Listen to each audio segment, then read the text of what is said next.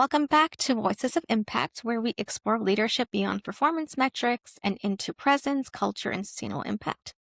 Today's conversation begins with a powerful question. So, what if belonging wasn't a buzzword, but the foundation of success in leadership and business? In many organizations, diversity is discussed, inclusion is measured, but belonging is felt. And when it's missing, performance suffers quietly through disengagement, mistrust, and unspoken tension. So, I'm honored to welcome Mary, the mindful business coach, to the show. Sure. Mary is the CEO and president of MBT Mindful Business today and has spent over a decade helping leaders build cultures where belonging is not an initiative, but a lived experience. As a certified diversity to belonging facilitator and conversational intelligence coach, she believes courageous conversations are not optional in leadership, but they're essential, which is why we're having it today.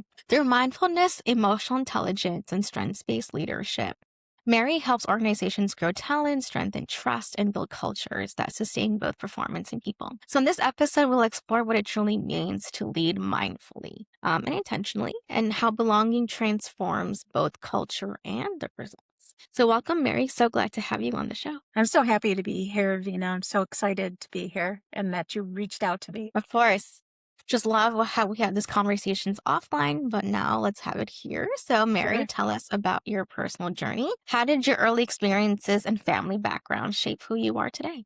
So my journey has really been one of disruption. When I was 7 years old, my sister, who is 3 years older than me, was my closest friend, and she got sick when she was 10.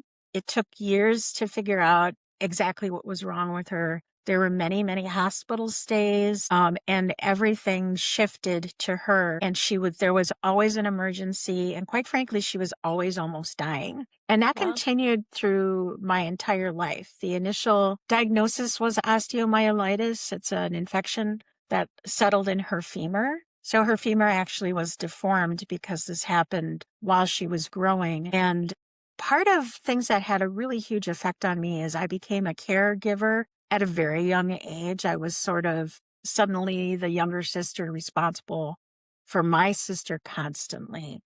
And during those times when she was in the hospital, no one would speak to me about what was actually happening. So I think, if you talk about how that formed my journey, I was a journalist for a while because I was always seeking the truth. Mhm. People would whisper and talk in separate rooms about whatever, and I didn't know what was going on. I didn't really understand where she was, except that she was in the hospital. And this really continued throughout my life. She was my best friend. In some ways, she was my soulmate. And I was very codependent with her. And there was always an emergency. And so I had been searching my whole life for sort of ways for me to deal with the anxiety and like, how do I just have a life? And I'm married and I have a son and I had a wonderful career. And now I have my own business. But then in 2016, my sister Ann, her name was Ann, was the sickest she'd ever been. And my mother started showing signs of dementia. And so now that life of disruption was moved up to constant emergency coming from both sides, whether it was my sister or my mother, or runs to the hospital. And in both cases, with dementia, you lose people a little bit at a time. And they talk about it being the long goodbye. And so then in 2023, just fast forwarding, my sister died in February, and then my mother died in October of that same year. And as I was dealing with that grief, I realized there had been so many piles upon piles upon piles of grief that I never really dealt with. I just pushed through. So that was the year that I really started giving myself the time to deal with all of these losses that I had felt in life. And during all this time, I'd always been working, as coaches do. You work on self-improvement, and many leaders do. You work on self-awareness, finding ways to ground myself. And I was so glad that I did that, because the biggest blow came at the end of 2024. My grandniece, who was like my granddaughter to me, she died at the age of 13 by suicide. No one saw it coming. And I needed to be there, not only for myself and my immediate family, my husband and my son, but for my niece, who is the mother, and for her husband, and her son. And it was then that I thought to myself, how is it I learned how to come back from big things and be able to ground myself? And that's when I realized it was journaling.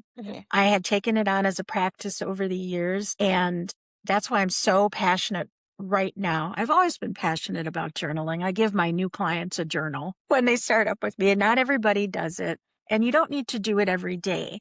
But the key to it, and why it's so important to me, is finding out so much about yourself that you understand this is what I need, and giving yourself what you need so that you can show up the way you want to. Yeah. Yeah. Wow. First of all, that's just a heartfelt story. So I'm so Yeah. sorry to hear this, but you're such a powerful and strong woman No, thank you. going through all of this. And near rest in peace wherever they are. They're probably looking down on you and so proud of you for, starting this coaching and journaling and now healing the other aspects of there were other people, Uh, right? And you're kind of the trailblazer in forming this collective and you're just passing that down. So thank you for sharing that story and Thank being you. courageous and being vulnerable on live on this podcast, right? And that really shows how strong you are and how you took that pain and grief and made it into power, right? And like you said, Uh-huh. journaling, and there are things I can relate when it comes to a lot of grief, right? So both of my grandparents kind of also passed away similar to in the 4 months. Mm, I know it's not maybe as much as, like what you've been through, but it's just everyone has their stories. And right. like I said, I've also just journaled. Even this weekend, I was journaling when I had some thoughts or emotions that had come up. Just kind of grounding yourself that way through breath work. But journaling is very powerful. Like you said, it's kind of something that, yeah, maybe might a lot of people might not like want to, or people might think it's a little like, okay, is that really necessary? But it's Right. just really a place to like sometimes you just want to slow down and just express things to your own self, like you're writing a letter to yourself or something like that, right? Exactly. I mean, and the obstacles that I hear, this is something that is so intriguing to me. I love other people's stories. I love to sit and listen and have that understanding of how did you get from point A to point B, and who you are now and all the lessons we've learned. Everybody learns along the way. But it was so interesting to me. One of the obstacles someone expressed to me was perfectionism. Right. They could Yeah. not even start unless they were writing perfect sentences. Right. And, for some people, it's just, well, everything I write sounds like fake, like I had to make something up. There's all these different types of obstacles that people have. And the end result, though, is just this opportunity, like you said, to have a conversation with yourself. And that's what Right. journaling really is. It maybe nobody ever reads it. You certainly don't have to publish it, although some people may at some point pull pieces out that they like. But that's not what it's about. It's really about an exploration of yourself. Yeah, absolutely. You're just exploring what's there, what's hidden, what needs to come out. And it's just some truths, but that's okay, right? It's okay to Yeah. sit with it. And I was also sitting with it. Now we talked about journaling yesterday, especially on a Sunday. And I was like, yeah, it feels uncomfortable, but at the same time, when you actually just put it on paper, it feels good. Like you just kind of released all of those emotions, right? Yeah. And it's like right in front of you. And it's like a good healing process, right? And Hmm. also it's creative, just kind of, it also brings out that creativity in you. So Yeah. going into my next question is, can you walk us through a simple journaling practice you recommend for someone currently overwhelmed by grief or trauma? And absolutely. There's a number of ways that I start. I do some journaling classes that are group, it's a group coaching. So we create a little cohort and we explore some different prompts that you can use when you jump into journaling. But so somebody who's overwhelmed, I just say, let it flow, whatever, because there's scary emotions around grief or emotions that some people find scary. You might be angry. You might be mad at the person who is gone or whoever created the loss for you. You may be very deeply wounded. And sometimes people they're afraid to go there because they're afraid it'll take over. Yeah. And Yeah. so what I really talk about is at the very beginning, self-trust. Make a commitment to you and then hold yourself to it. What I find with so many people, especially women, is that we're committed to everybody else. And we'll say, I'm going to show up at your house and do X. I'll pick that up for you at the grocery store. I'll take on your project at work, whatever it might be. And we do for everyone. But then the thing that you're missing is that self-trust. And I think that's sometimes why we can feel so uneasy. So the very first thing is just make that commitment, and you don't put big limits on yourself, right? So just sit down, even if it's just one word, even the word is emotion. And this came up in my journaling class the other day. Was even if you just write down, I don't want to do this today, at least write it down, Yeah. and the question is why? Why do I have to write it down? But I Right. think you and I both have experienced there's power Yeah. in the written word. There's some kind of permanence to it. It can make things real. So if we're talking about somebody who's overwhelmed, just write anything. It doesn't matter. Maybe write the word anything, just to sort of start to get in that space. And then I also do suggest to people that you create, what is it you need to journal? And everybody's different. For me, what I really like is to have my cup of coffee, a nice blanket. I always light a candle. I've got one lit right now. And for me, I like to have a pretty journal or notebook that I'm going to write in, and a favorite pen. So I have all of these needs. And then it's never about time in terms of the amount of time I spend. It's just about giving myself a moment. So that was a lot to say. It's not like one simple prompt, but I think there's Right. so much more into it. The thing that so many people struggle with, I think, is the idea that it's theirs to own. Like, it kind of doesn't matter what anybody says you're supposed to do with journaling. Right.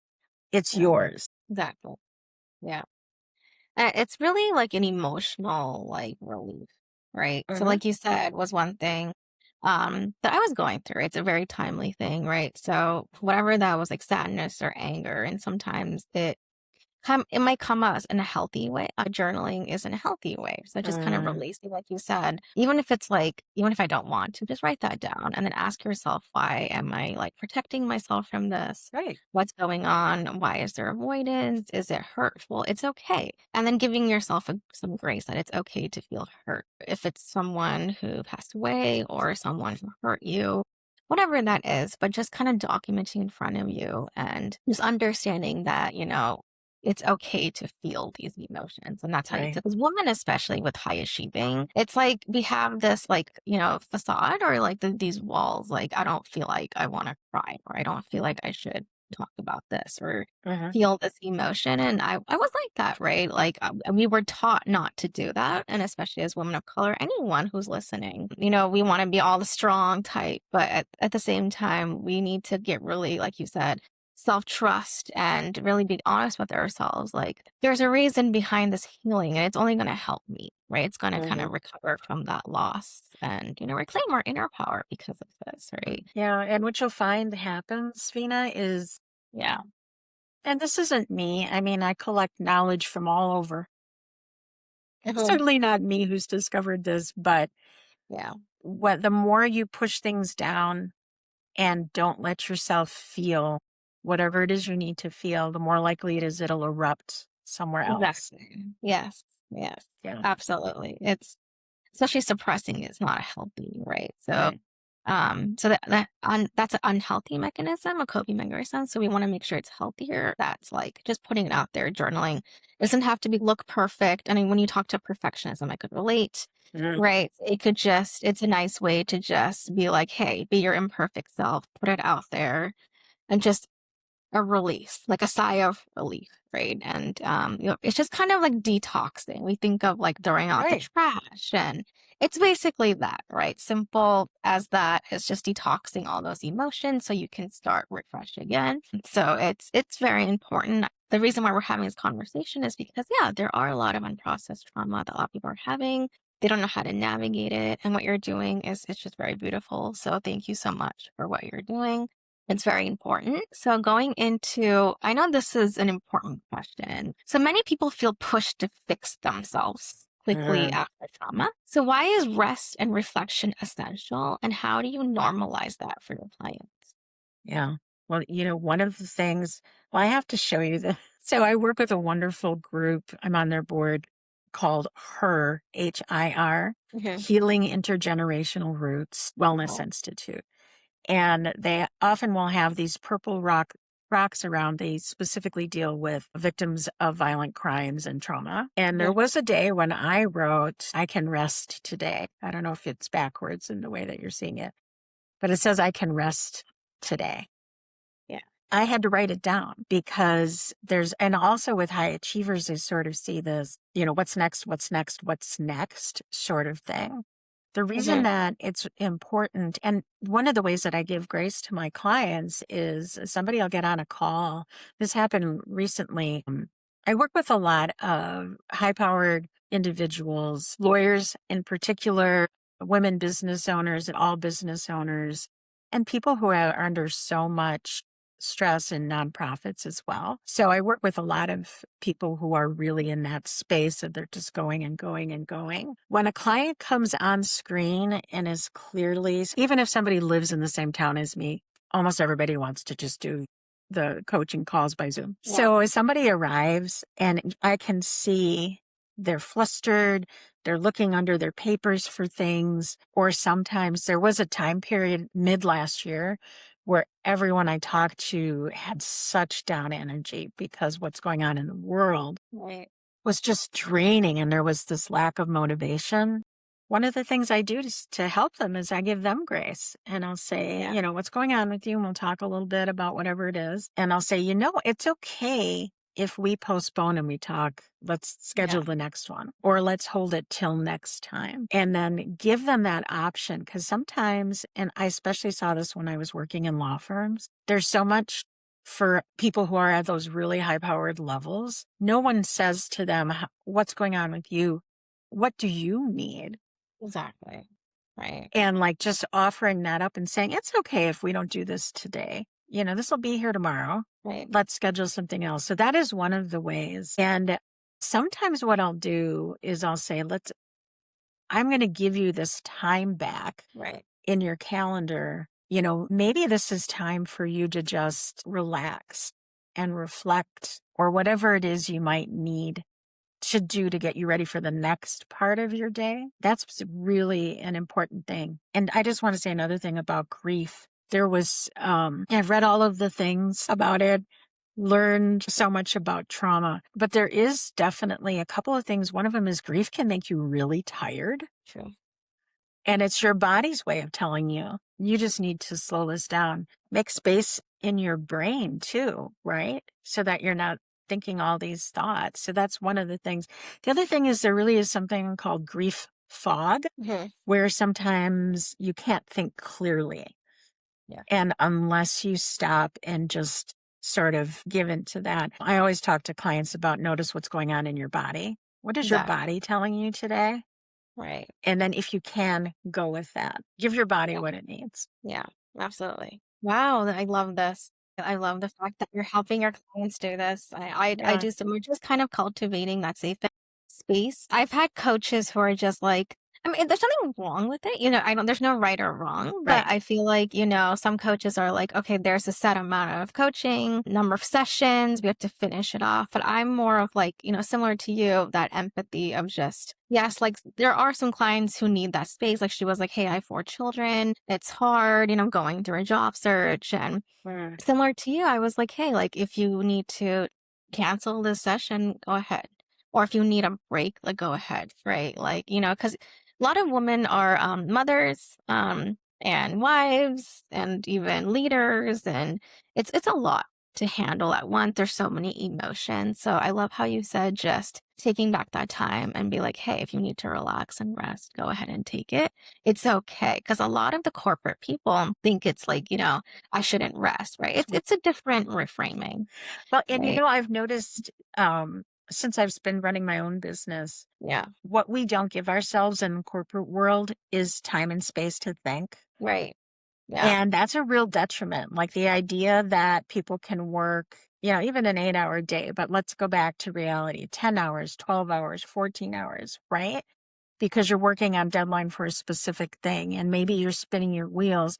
Well, you might be able to end that day several hours earlier if you took a break in the middle of it. and went Yeah, for a walk, or I know. just gave your brain the space to adapt, and that's why people always say get my best ideas when I'm in the shower Right. or Yeah, right when I lay down when I'm almost asleep. It's because you're giving your brain space. So I really believe that it makes everybody better. exactly. Yeah. Yeah, absolutely. Yeah, just really penciling it in because I know maybe weekdays are hard for corporate, but even if it's a weekend, it's like, okay, well, I have to meal prep. Even if it's like 10 minutes, right? To just do a normal like affirmation. I did an Normal. affirmation this morning, and it was like 5 minutes, right? Even if it takes 5, 10 minutes, we have to make sure we prioritize this and hold ourselves accountable. Yeah. And especially women, right? And like you said, it's detrimental. And they're like, hey, I don't think this is important. I have some clients come in. I'm like, sure. I mean, if you believe that way, sure. But but if you don't do this, the cost of inaction is you're going to show up very tired. You can't, work. You can't show up to your kid's place, or you can't pick them up, and they're going to be like, "Mom, like you're never there for me," right? So it's Mhm. going to affect all areas of your life. And the root of that I don't think this is important, the taking the break, the I don't think this is important. You're telling yourself, I don't think I'm important. Exactly. Exactly. And that's what I told one Right. person. Yeah.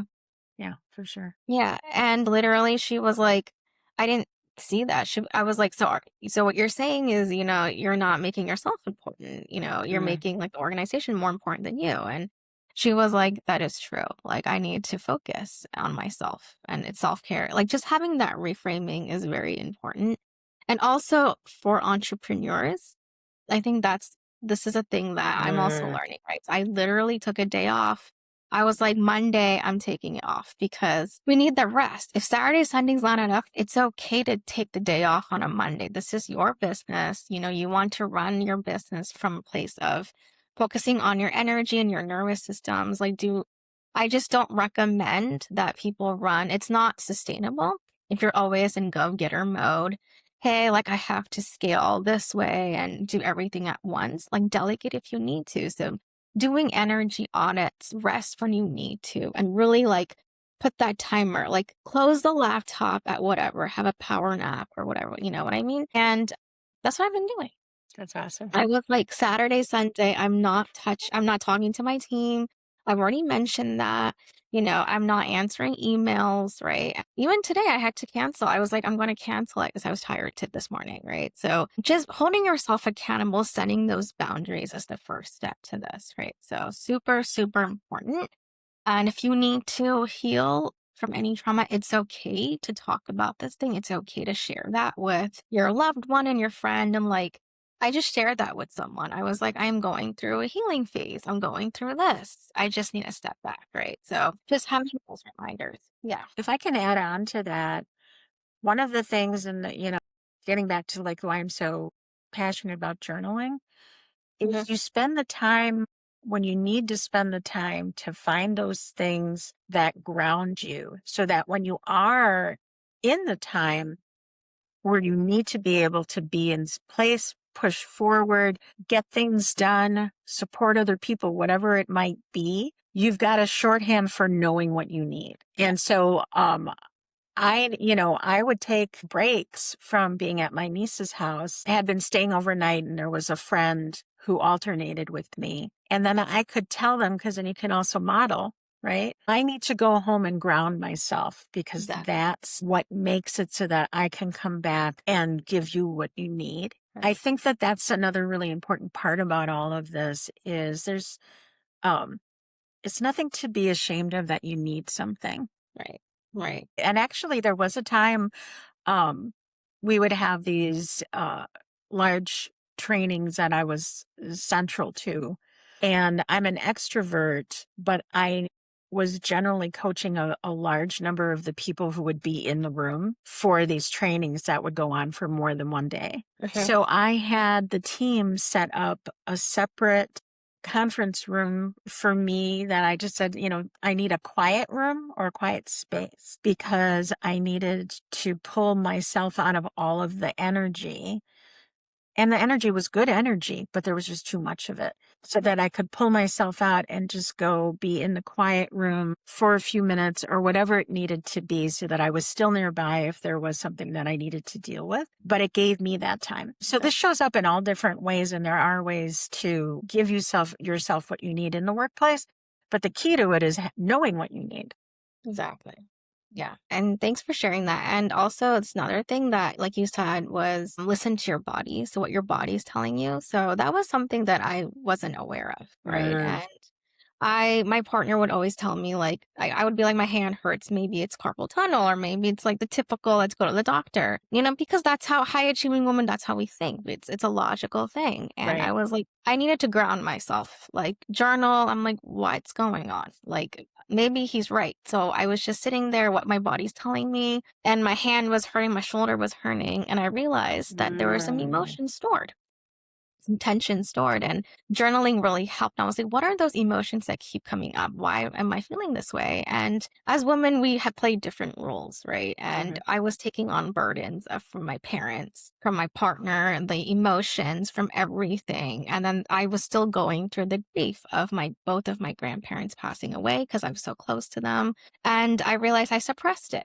And I had to journal it, and it was just coming out in a very nice way, right? But that's why journaling is very important, because if it's not taken care of and you're suppressing it, it will affect your health. mhm. And not just like mentally, emotionally, but it'll affect the body as well. So you need to listen to our body and understand that too. Because no one taught me that. I was just like, everyone is like, hey, my mom would be like, hey, if it hurts, go to the doctor, right? That's a typical thing. But when you look at the root cause, it's really, we have some emotions stored and we haven't journaled it out or released it. And we need to take the time to do that, right? So that's also another thing I wanted to share. Yeah, for sure. Thank If a you. lot of, yeah, Thank you so a for lot of sharing women, that.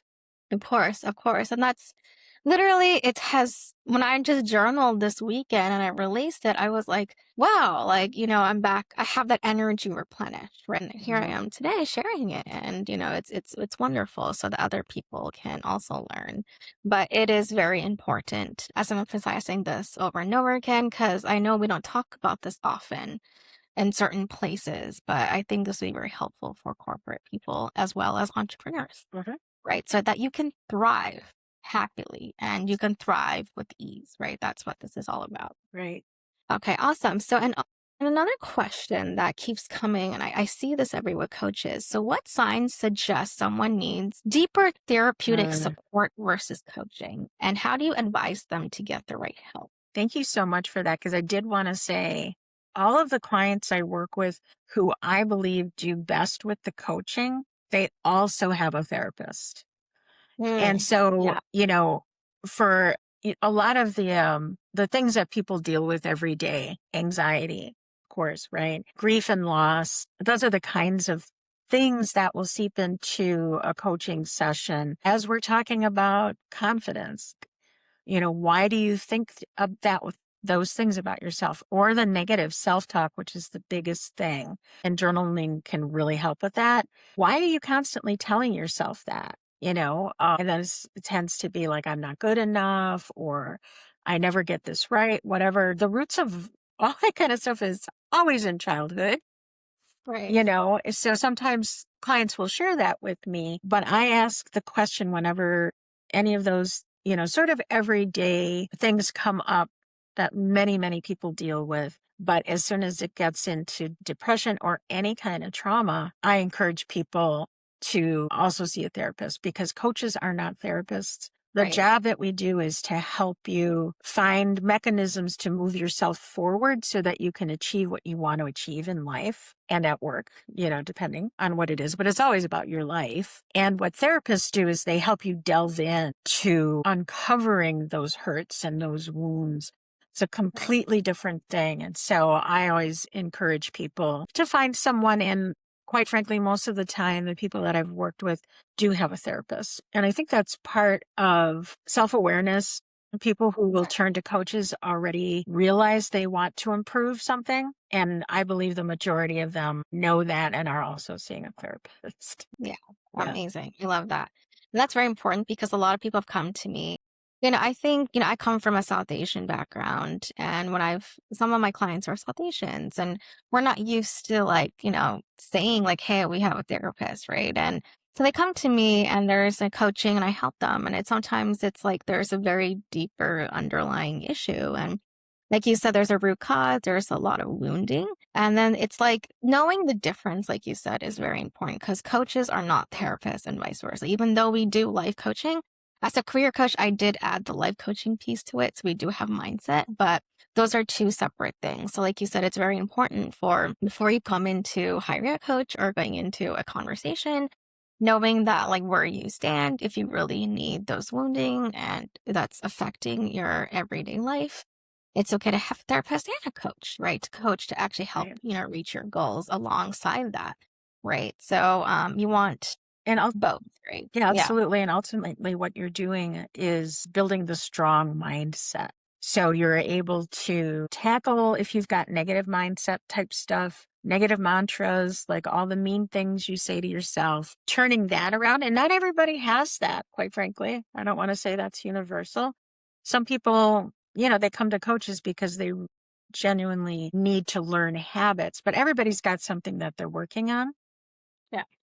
But building the strong mindset that allows you, and we hear this phrase a lot, show up the way you want to in any given situation, that is all about self awareness and self management and self trust, like to be able to do those things. Exactly. And going into your framework and signature approach and how you Mhm. help clients. So, I know you do journaling. What role does creative expression play in your frameworks? And how do you adapt it for analytically minded clients? So say there Right. are corporate clients Mhm. who are very technical. Maybe they're engineers and they're just like, hey, what is journaling? Like how like it is new for them. Like they're kind of like subconsciously aware, but they're just like, yeah, I'm just very logic and analytical. Like how does that role play in your framework? Yeah, absolutely.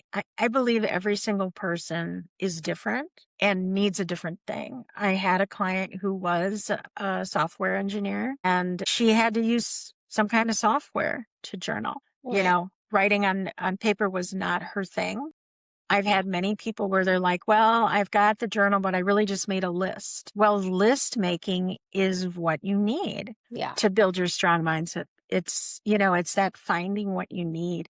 And when it comes to the creative part, I do often talk to people, especially which is interesting to me because if you're in the sciences, you're an engineer, you are creative, but they may not have been told that they were because Exactly. they're on the science side, right? There's so many different ways to create. So I have to be really careful about words. So there's a concept in conversational intelligence, and I'm a certified conversational intelligence coach. And once again, this isn't rocket science, but the concept is words create worlds. Mm, And the idea that every word you say, the person listening takes that and puts all their stuff on it, whatever the connotations might be.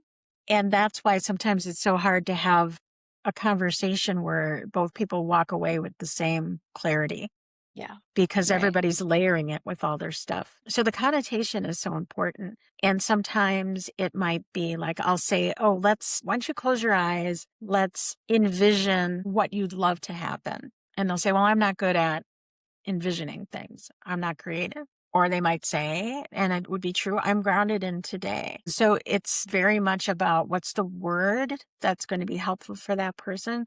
And that's why coaches will say, we'll try something and we'll say, what did you notice? Right. Mm, So that they can say, oh, and then they can reframe it sometimes. Sometimes the coach reframes it based on what the client is giving you, and you can help them with the right word. Sometimes the client reframes it. But I think yeah. it's first creating that trusting space, a Mhm. safe space where the client feels like they can really talk about what's going on with them. And then the next part is respecting that space and just maneuvering it, or what's the word for it? Making it what the client needs. Yeah. Yeah. Sometimes it can be about expanding, contracting, or just okay, maybe that's not the right answer, isn't draw me a picture or tell me about a picture you made up in Yeah. your mind. Maybe the right answer is, what kind of formula would you write Mm, to solve this problem that you have? So, yeah. yeah, I mean, all of that is so important. And that's why I know that there's a lot of AI coaching out there, but that is why I believe that you need a person. You need to talk to a person sometimes. Yeah. Yeah. And this is great. No, this is so interesting. I love how you shared this because it's absolutely 100% right. Because I talk to like mid-career executive corporates, and as entrepreneurs, I think we have more of a self-awareness and Uh, we understand that journaling, but for them it's like very new, like an engineer. A lot of my clients were engineers, so they were like, what do you mean by like mindset work? And we had to speak in their language. Like you said, just give them what they need. And I'm like that too. Some people tell me to like write it out. I'm more of a visual learner. I like to like draw draw. it out, Yeah. whiteboard it out. Like I'm all about whiteboarding. And then it gave me that clarity because when I had to go to a coach, they're like, just write it out. And I was like, I just wasn't able to because I was a little bit the analytical. I started from as a data analyst, Mhm. right? So I'm very analytical. And then when I saw it, like, okay, let's do a roadmap. So this is where you're here today. And we drew it out. Like that other coach was like, it just clicked, right? Right. And he asked in the form of like, the fact that I was in tech and then, shifted it and what was my creativity. We did the Ikigai graph. So what's your passion? So kind of sharing, doing these things, like you said, and whatever they need, what Mhm. is their language? Speak to them, empathize with them. And that makes like a huge difference, right? So absolutely. I love that. I love how you shared this. And that's how creative expression, like you said, analytical people doesn't mean they're not creative. You just have to see where their strength lies. And it could be different. One is writing, one is dancing. I dance a lot, so that Right. comes under Me dancing. too. Me too. Yeah, amazing. Yeah, no, Yeah. dancing is just my thing. I learned Indian classical when I was young. I do Bollywood now. I do pop. Like it just comes under that. That's how I learned to be creative. Someone who was very go-getter, and then I had dance on the side and singing on the side. I was like, I didn't know I could be creative. I realized after I journaled. So that's where that journaling comes from. Mhm. I journaled and I healed and I realized I became a writer. I drew like suddenly out of nowhere. Yeah. I was drawing these really pretty, like I even have an account. I won awards for my drawing. I was like, Wow. wow, like I didn't even know I had this. I was doing poetry and I was thinking I'm this very ambitious woman, right? So that's why journaling is important because not only you release emotions, but you unravel what areas of am I more creative in. It just flows, right? So that's how you know that an analytical person, if you just journal or you're an engineer, you'll realize like you're actually more creative than you think. But it does require, like you said, to explore yourself. Like that's the first piece. Mhm. Amazing. I love this. And this has been a wonderful conversation and so raw and so real. So, what's next for you? What are you calling into in the next phase of your work? Any new programs, creative projects? Yes. And we should watch for. Yes, absolutely.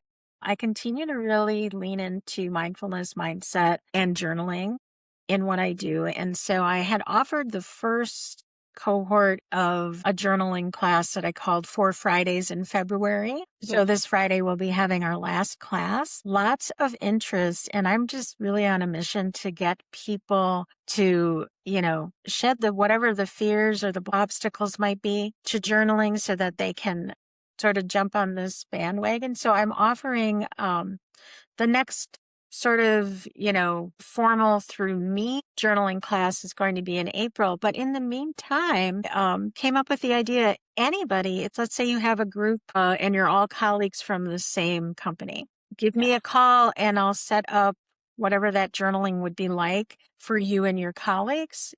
Generally it's a 4 hour gig over four amazing. separate days, but we can figure it out. Or if you just want to be with your friends Yeah, and you all have a big interest, you can call me and we'll put together some groups where you have a common bond of some kind, in addition to the ones that I'm kind of offering to anyone who wants to jump on. And all of those are through Zoom or through video. Mhm. So if somebody wants to do something in person, I'm definitely open to that too. That's a big part of what I'm offering in this year. And then just taking that mindfulness the next step as mindful leaders. What does Yeah. it mean to be a mindful leader? Once you've understood your own values and you're self-aware and you're managing yourself, what does it mean for you as a leader to show up that way for your team? So mindful management sessions are something that I'm offering as well. And those are all in addition to what I normally offer for in coaching, whether it's business coaching or leadership coaching. So those are all part of it. And then there's one other thing I did just want to mention, that I continue to form friendships with people who are therapists or in the area of, the sort of the clinical side and in Yeah. mental health and healing, because I do, putting it out there sort of as a vision to me would be a world where I'm collaborating with some people who are in the mental health side of things and seeing where we really can take this collaboration between mental health practitioners and coaches to the next level. Yeah. Wow. Wow. I'm so happy for you, so proud of you. Thank you for doing this for corporate, anyone, right? But Yeah. especially for corporates who are Yes. listening, go reach out to Mary and, get a journaling session in with your friends, your coworkers. It's going to be fun. I really feel like Mary is a wonderful person Oh, and thank I you. know she creates a safe space and just having this conversation is making me feel safe, right? So and it's very heartfelt. So please go and connect with her. And I think this is great and so happy for you with the collaboration. Likewise on my end as well. I think it's really nice to just have that collaborative effort with whether you're coaches or therapists and then just bring that together because this is a topic that many people are like, I want to talk about, I want to share it, but it's still in the background. So glad we're having this conversation now. So thank you for that. And thank you for providing this wonderful platform. Well, I You're know welcome. that I tuned into some of the previous podcasts. I know this is on Spotify and Mhm. Apple, in addition to offering it live on LinkedIn. So Yeah. everyone should definitely take a look for Voices of Impact and give a listen. Thank you. Thank you. And yeah, it's been wonderful having amazing guests, like of course you and everyone else that just brings these insights and you're willing to share it on your voice and lead fearlessly and help the emerging leaders do the same, right?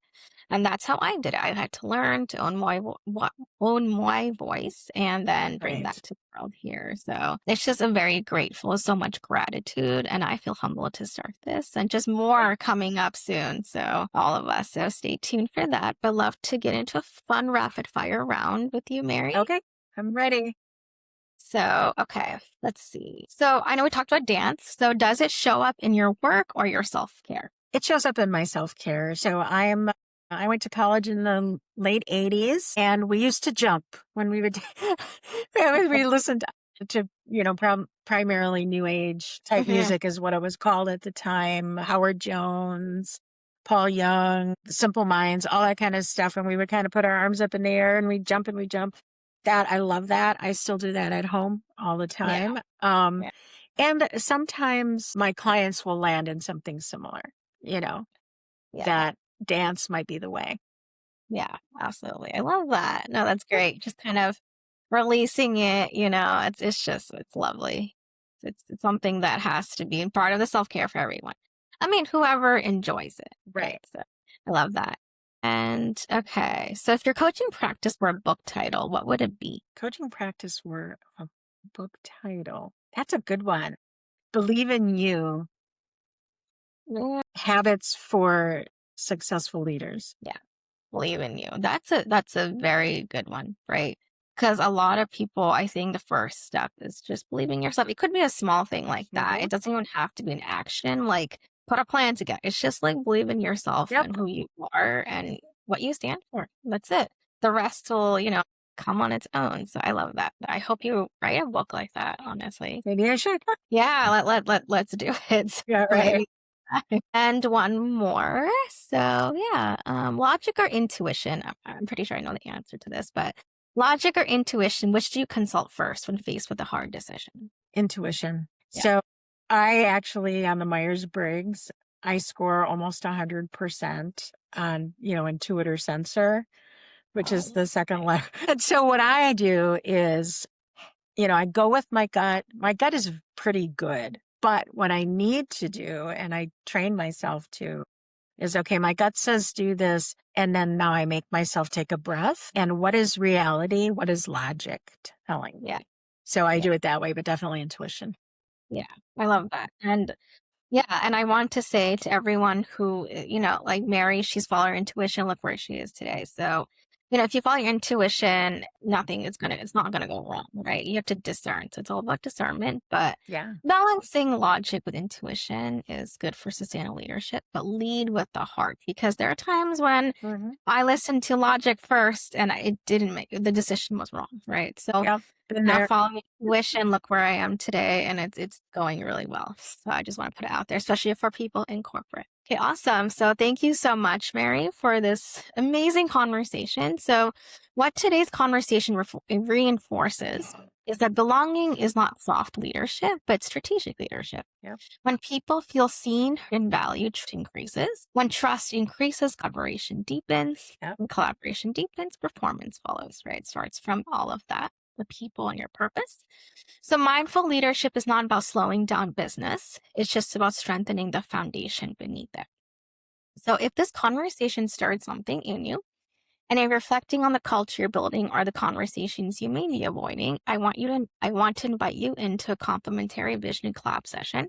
This is a focused strategic space where we explore the culture you're shaping, the identity you're leaning down, and the intentional shifts that could elevate both trust and performance. You can book your session through the link in the show notes. So this is also why I'm launching Sovereign Rise. So it is a community and collaboration, a global collective for soul-led leaders building them from identity, integrity, impact. We'll be launching probably in March or April.